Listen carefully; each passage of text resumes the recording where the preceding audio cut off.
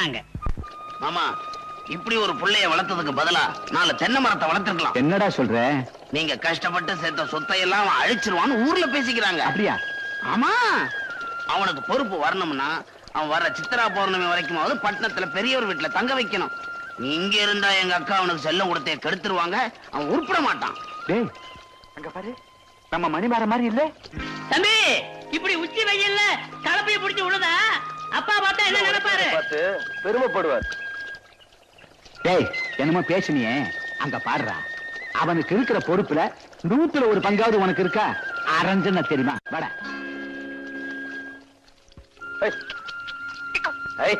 மணிமாரா, என்னடா இதெல்லாம்? அப்பா, நீங்க மதிக்கிற இந்த மண்ணையும் கலப்பையும் நான் மதிக்கலன்னு இந்த ஊர் சொல்லிடக்கூடாது பாருங்க. புரிஞ்சது போ. அதுக்காக பெரிய பண்ணையுடைய ஒரே புள்ள வேவாத வெயில் இப்படி வேலை செஞ்சு கருத்து போயிட்டா ஒப்பட கேவலம் இல்லையா? நிச்சயமா எங்க அப்பாவை கேவலமா நினைக்க மாட்டாங்க. ஏன்னா நாங்கெல்லாம் உழைச்சு வாழ்ற வர்க்கம். மாமா, சில ஜென்மங்க மாதிரி உறிஞ்சி வாழ்ற வர்க்கம் கிடையாது.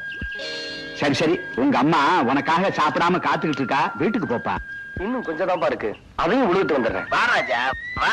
அப்ப மீதி நீங்க உழுதுட்டு வரேன்னு சொல்றீங்களா மாமா? வாங்க. நானா? என்ன நானா? பிஎஸ்சி படிச்ச என் மகனே வயல்ல இறங்கி விழும்போது உனக்க உனக்கு என்ன கேடு? போய் கலப்பிய பிடி. மாமா, அப்பா செய்யும் தொழிலே தெய்வம்னு மாமாக்கு நல்லாவே தெரியும். நீங்க போங்க, நான் இறக்கி விட்டு வரேன். கொடைய கொண்டா. ஆமா, இந்த ஸ்டைல்ல ஒண்ணும் குறைச்சல் இல்ல.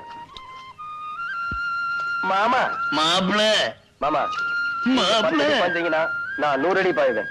நீங்க வட்டத்துக்குள்ள போனீங்கன்னா நான் கோலத்துக்குள்ளேயே போவேன். புரிஞ்சதா? இறங்குங்க.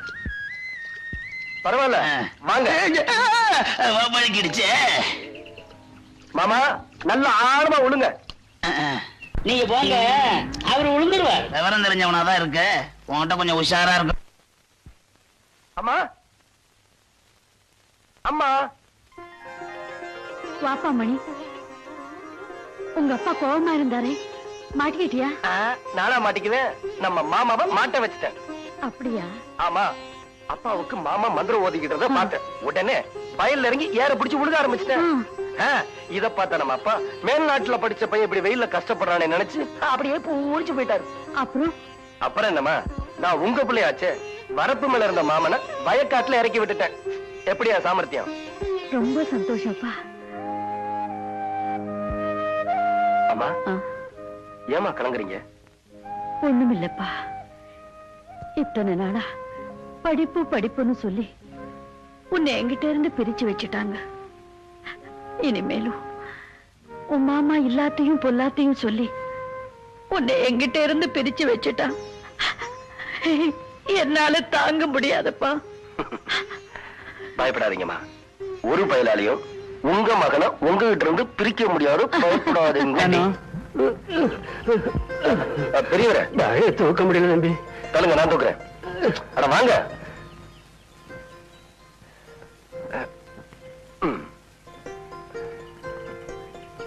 சவாஷண்டி சவாஷண்டி சவாஷண்டி.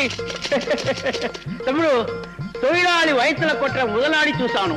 ஆனா தொழிலாளிக்கு தோள் கொடுக்கிற முதலாளி இப்படியே చూసాను.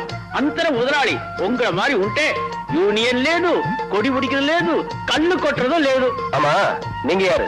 நானு ఈ ఊருக்கு புது போஸ்ட்மேன். మీ దయ నాకు కావాలా?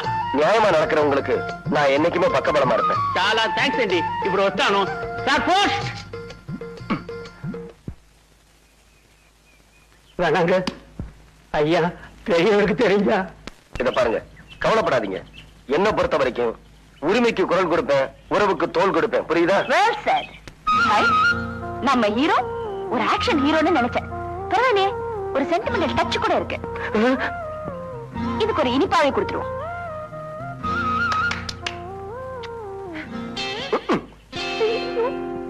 அண்ணே அண்ணே ஓடியாங்க. என்ன என்னது? அண்ணே அண்ணே ஓடியாங்க. அந்த பொண்ணு போதுனே, அந்த பொண்ணு. எந்த பொண்ணு? அட, இன்னைக்கு பறக்கிற முத்தம் கொடுத்துச்சுல, அதே பொண்ணு தானே. அந்த நடந்து போயிட்டு இருக்கு, சகப்பு ட்ரெஸ் போட்டுக்கிட்டு. ஆமா, அதே பொண்ணு தானே. நல்லா பாருங்க.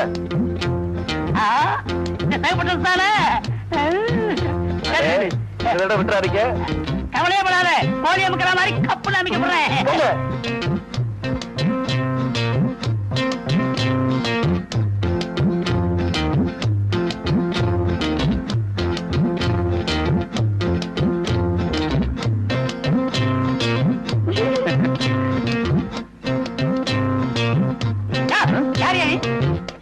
வாசல்ல இருந்து என்னைய யாருன்னு கேக்குறியா?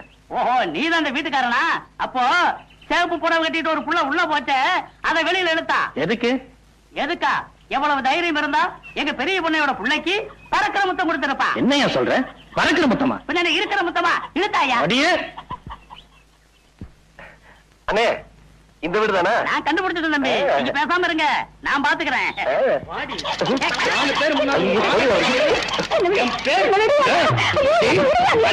நான் இருக்கிறேன். இன்னொருத்தர் பறக்கிற முத்தம்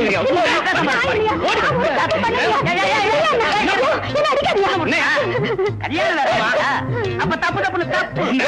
உங்க ஆத்தா வீட்டு வருவாங்க. ஐயா அடிக்காதீங்க. ஒரு சின்ன தப்பு நடந்து போச்சு. எனக்கு பறக்கிற முத்தம் கொடுக்கறவங்க இவங்க இல்ல, அது வேற ஒரு பொண்ணு. நம்ம பறந்துருவோம். மன்னிச்சிருங்க தாயே. கொஞ்சம் நில்லுங்க. என்ன ஊருக்கு புதுசா நீங்கலாம்? நம்ம கிராமத்துக்குள்ள நீங்க நுழையக்கூடாது சட்டம் இருக்கு, தெரியாதா உங்களுக்கு? எனக்கும் தெரியும் சார். மேல் இடத்துல இவங்க ரிப்போர்ட் பண்ணிருக்காங்க, என்கொயரி பண்ண சொல்லி ஆர்டர் வந்திருக்கு. அப்படிங்களா? அடடே, என்னமா தங்கச்சி, நீ நம்ம ஊர் பள்ளிக்கூடத்துக்கு புதுசா வந்திருக்கிற வாத்தியாரமார்ல? ஆமாங்க. அப்ப உனக்கு ஏதாவது தவறு நடந்ததுன்னா பஞ்சாயத்துல சொல்லணும். அவங்க சரியா தீர்ப்பு சொல்லலைன்னா அதுக்கப்புறம் போலீஸ் ஸ்டேஷன் போகணும். நீ நேரா போலீஸ் ஸ்டேஷனுக்கே போயிட்டியம்மா. மன்னிச்சுக்கங்க சார், இந்த அளவுக்கு இங்க கட்டுப்பாடு இருக்குன்னு எனக்கு தெரியாது சார். நான் கேஸ வாபஸ் வாங்கிக்கிறேன். உங்க மாதிரி ஊருக்கு ஒருத்தர் இருந்தா எங்களுக்கும் வேலை இல்ல, கோர்ட்டுக்கும் வேலை இல்ல. சட்டத்துல உள்ள ஓட்டைகளை பதவியில இருக்கிறவன் பணத்தை கொடுத்து அடைச்சிட்டு தப்பிச்சு விடுவாங்கிறதுக்காக தான் எங்க ஊர்ல இப்படி ஒரு ஏற்பாட்டை பண்ணியிருக்கோம். வரேன் சார். ஸ்டேஷனுக்கு வந்து கம்ப்ளைண்ட வாபஸ் வாங்கிக்கோங்கம்மா. கமான். என்ன மாதிரி இருந்தது என்கிட்ட சொல்லு. இந்த ஊர் பெரிய பண்ணையோட சின்ன மச்சான் கொஞ்ச நாளா என் பின்னாடியே சுத்திக்கிட்டு இருந்தா. அப்படியா? ஆமாங்க. அத நான் பெருசுப்படுத்த விரும்பல. நேத்து நான் தனியா போய்கிட்டு இருக்கிறப்போ கைய பிடிச்சு ஏத்துட்டான். கண்ணையா, என்னங்க போடு பெஞ்சிய. கும்பலம் பொறுக்கி சின்னமாமா. என்ன மாப்பிள? இந்த நிஜார இன்னும் தூக்கி வச்சிருந்தா சிஞ்சசுக்கு நடமாட இடத்துல கொஞ்சம் செக்ஸியா இருந்திருக்கும். போங்க மாப்பிள. டேய் மூக்கையா, என்னடா இங்க நிக்கிற? தலைவர் தான் நிக்க வச்சுட்டாரு. யாரா அந்த தலைவன்? எனக்கு தெரியாத தலைவன். என்னுடைய தம்பியை இங்க நிக்க வைக்கிறதுக்கு எவ்வளவு தைரியம் இருக்கணும். நீ இறங்குடா கீழே. வேண்டாண்ணா வேண்டாண்ணா, பயமா இருக்கு. ப்பு. இந்த ஊர் பெரிய பண்ணை பெரிய மச்சான் சொல்றேன்டா, இறங்குடா கீழே. எலாய், இறங்குன படுவா செருப்பு பிஞ்சு போயிடும், ஜாக்கிரதை. அதிகாரமோ செல்வாக்கோ இருக்குங்கிற தைரியத்துல யாராவது இந்த பாண்டியம் போட்ட கட்டளையை மீறினீங்க, குறவளைய கடிச்சு துப்பி விடுவோம் பாடுவான். பொழுது போற வரைக்கும் நீ பெஞ்சு மேலே நிக்கணும். எலாய், அவன் இறங்குனான்னா எனக்கு சொல்லி அனுப்புங்க. பாண்டியா, உன் அதிகாரத்தை ஒரு தலைவரிச்சு ஆடுது. நீ யாரோட மோதிரம்னு ஒரு நிமிஷம் சிந்திச்சிருந்தனா. மாமா, என்னடா? அவர் போய் ரொம்ப நேரமாச்சு. மாப்ள, உன் சொந்த தாய் மாவன அந்த ஆளு அவமானப்படுத்துறாரு, நீ அந்த ஆளுக்கு சப்போர்ட் பண்றியே. அவர் யாரையும் கேவலப்படுத்தல, தப்பு செஞ்சவங்களை தண்டிச்சிருக்காரு. இதுவே இவன் உன் தம்பியா இருந்தா இப்படி நீ சொல்லிருப்பியா? ஆமா, என் தாயார் தான் இப்படிதான் சொல்லியிருப்பேன். இதுக்கு அந்த ஆளு எவ்வளவு தேவை போல இருக்கு. டே என்னடா இது? இந்த ஊர்ல தலை நிமிர்ந்து நடந்துட்டு வர என்ன இப்படி தலைகுனிய வச்சுட்டியே? மாமா, உங்களை தலைகுனிய வச்சது இவன் ஒண்ணு இல்ல, அந்த பாண்டியன். டே நஞ்சப்பா. பெரிய பண்ண, நஞ்சப்பன் சொல்றது 100க்கு 100 உண்மை. என்னையா சொல்றீங்க? எங்க மறுபடியும் நீங்க பிரசிடண்டா வந்துருவீங்களோன்னு பயந்துதான் இந்த நிர்வாண திட்டத்தையே தீட்டி இருக்காரு பாண்டியன். யோ தர்மகர்த்தா, எனக்கு அவன் மேல பகை இருக்கலாம், ஆனா அவன் நியாயத்தை மீறி நடக்கிறான்னு சொன்னா அதை நான் நம்ப தயாரா இல்ல.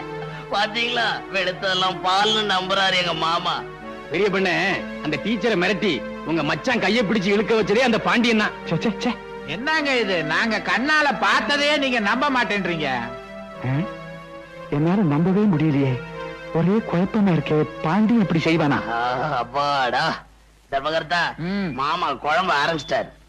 பெரிய பண்ணையாரோட மச்சான பெஞ்சு மேல ஏத்துனத பத்தி ஊரு பூரா பேசுறாங்க. என்னவா? பெரிய இடத்து பகை ஏன் வளர்த்துக்குவானேன்னு கேக்குறேன். நியாயங்கிறது பெரிய இடத்துக்கு ஒண்ணுதான், சின்ன இடத்துக்கு ஒண்ணுதான். இது பனங்காட்டு நரி, அந்த லொள்ளுக்கெல்லாம் ஒண்ணு அஞ்சாது. வணக்கங்க. வணக்கங்க. நீங்க? நான் பெரிய பண்ண தர்மலிங்கத்தோட மகன். வாங்க வாங்க வாங்க, நல்லா இருக்கீங்களா? கோயில் நகையை கொள்ளையடிச்சவங்கலாம் நீங்க தான் அடிச்சு விரட்டினா சொன்னாங்க. ரொம்ப சந்தோஷங்க, ரொம்ப சந்தோஷம். எங்க இவ்வளவு தூரம்? உங்களை பார்த்து பாராட்டிட்டு போலாம்னு வந்தேன். என்ன பார்த்து பாராட்டி? என்ன எதுக்காக பாராட்டுறிய? சட்டத்தை காக்க வேண்டியவங்க கூட பணக்காரங்களோட பகையை சம்பாதிச்சுக்க பயந்து அநியாயத்தை நியாயம்னு சொல்றத பாத்திருக்கேன், பொய்ய மெய்யாக்குனத பாத்திருக்கேன். ஆனா நீங்க நியாயம் எல்லா ஜாதிக்கும் பொதுதான அடிச்சு சொல்றீங்க பாருங்க, அந்த பாணி எனக்கு ரொம்ப பிடிச்சிருக்குங்க. அடடே, ரொம்ப புகழ்ந்து பேசுறீங்களே. சட்டத்தை மீறினவனை 4 அடி அடிச்சாலும் 4 வருஷம் உள்ள தந்தாலும் அவனை குற்றவாளின்னு எல்லாருக்கும் அடையாளம் காட்ட முடியாது. ஆனா நீங்க தண்டிக்கிறவதான் அவனை ஊருக்கே அடையாளம் காட்ட முடியும். அடி உதைக்கு பயப்படாத குற்றவாளி கூட அவமானத்துக்கு பயந்தே தீரணும். உங்கள மாதிரி ஊருக்கு ஒரு தலைவர் இருந்தா செல்வாக்க வச்சுக்கிட்டு சட்டத்தை ஏமாத்துறவங்க எல்லாம் அடையாளம் காட்டிடலாம். ஒரு வார்த்தை சொன்னாலும் ரொம்ப கரெக்டா சொன்னீங்க. தம்பினா தம்பி, தங்க கம்பி. கணக்குல தம்பி கொஞ்சம் வளரட்டு, அதுக்குள்ள கெடுத்துறாத. ஒன்ன மாதிரி வரலாம். கை எண்ணெய்க்கு கட்டதை நிறுத்துறீங்களோ தட்டதை நிறுத்துறீங்களோ அன்னைக்கு தான் ஊர் உருப்படும். கரெக்டா சொன்னீங்க.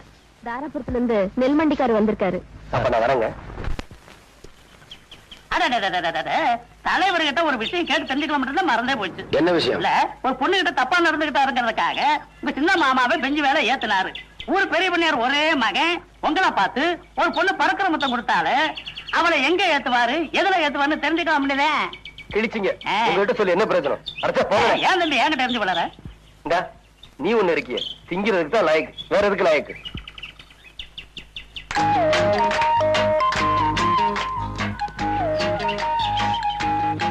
யார் குதிரை இது?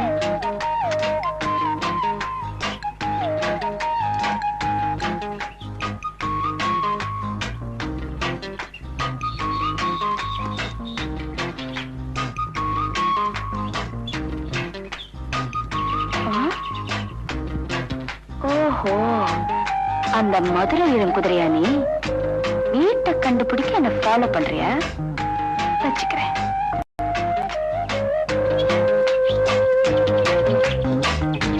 பாரு, உன் பாசு கண்ணிலே மிளகா தூள் போட்டிருக்கேன். நீ எந்த மூளைக்கு போ. இரு மாணிக்கனே, இங்க வாங்களே. என்னம்மா? இந்த குதிரை குறுக்க நிக்குது, எனக்கு பயமா இருக்கு, கொஞ்சம் விரட்டி விடுங்களேன். சரிம்மா.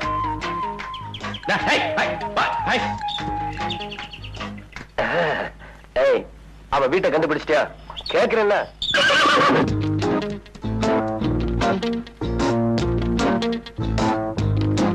என்னடா இது, முதல்ல வீடு தேடி வந்திருக்கோம், வான்னு கூப்பிட ஆளு இல்ல.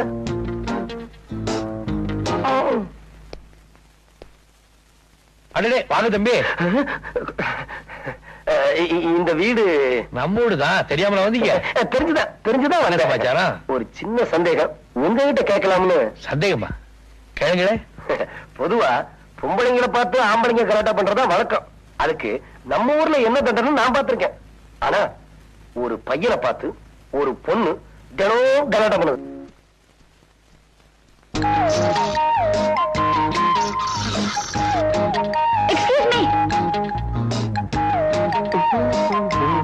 என் அண்ணன் கிட்ட காட்டி கொடுக்காம காப்பாத்திட்டீங்க, ரொம்ப நன்றி.